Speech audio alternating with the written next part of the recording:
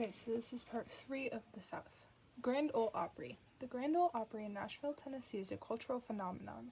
At its heart, it's a radio program that showcases American country music.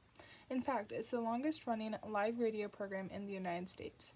But country music is just the starting point.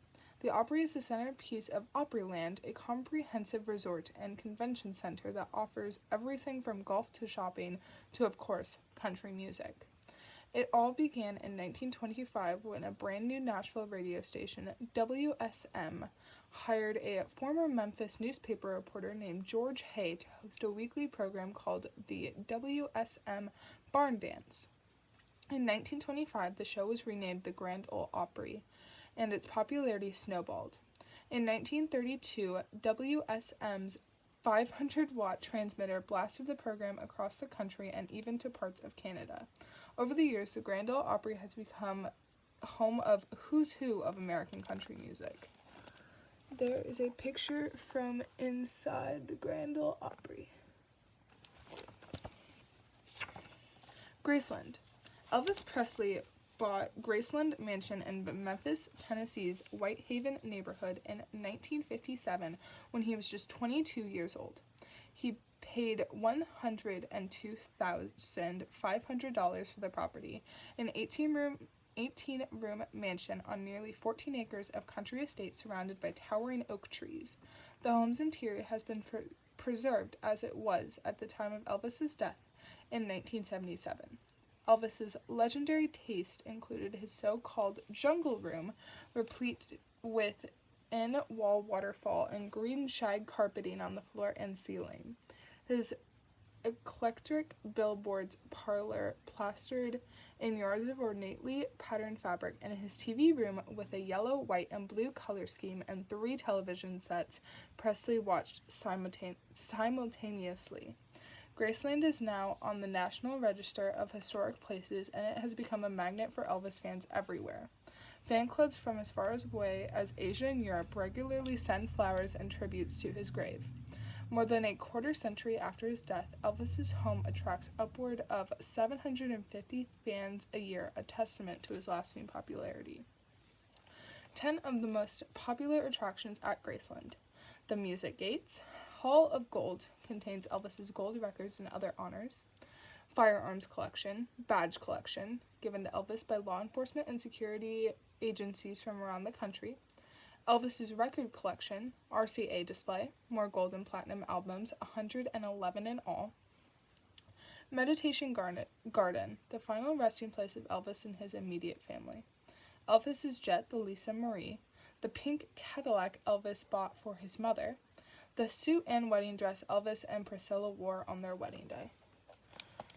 Okay, and there is a picture of the outside of his mansion.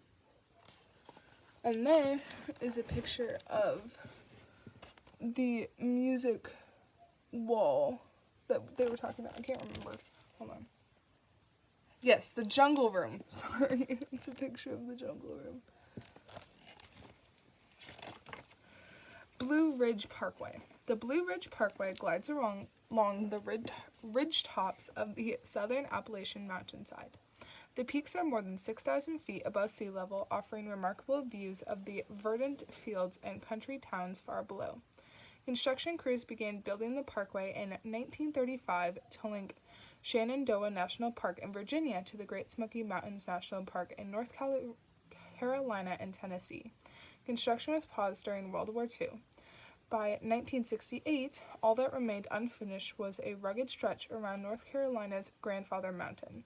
But connecting the dots took around 20 more years and required building the Lynn Cove Viaduct, a 1,200-foot suspended section of roadway that is considered an engineering marvel. The Blue Ridge Parkway was officially dedicated in 1987, a full 2 years after construction began. Now offers a portal into the history, culture, and natural wonder of southern Appalachia. There is a picture of the forest. Great Smoky Mountains National Park. And this is part of what it was just talking about, that it connected the Shenandoah, which we learned about, and now the Great Smoky Mountain National Park that we're going to talk about. Shrouded in thick forest along the border of North Carolina and Tennessee, the Great Smoky Mountains are the United States' highest range east of South Dakota's Black Hills. They are also one of the oldest mountain ranges on the planet. The park's highest point is the 6,643-foot peak of Clingman's Dome. On clear days, you can see as far as 100 miles from the top. The Smokies' vast forest is one of the oldest on the continent. The park often feels like a vestige of an ancient era where trees ruled the planet. Today, more than 100 species of trees and 1,300 varieties of flowering plants grow in the park.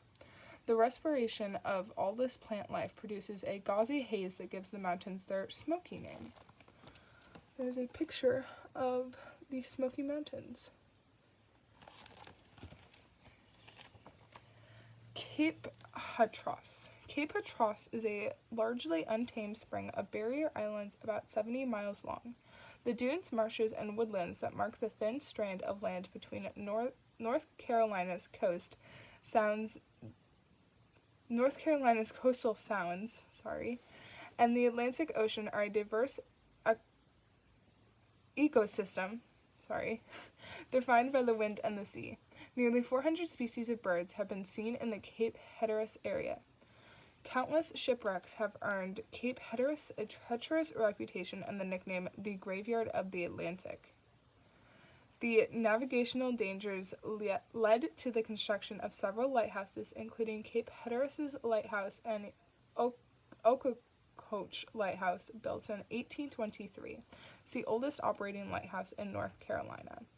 Although crowds are few and far between, Cape Hatteras is a popular recreational destination.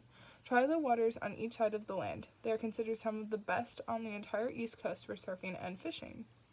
The 208-foot tall Cape Hatteras Lighthouse is the tallest in the United States.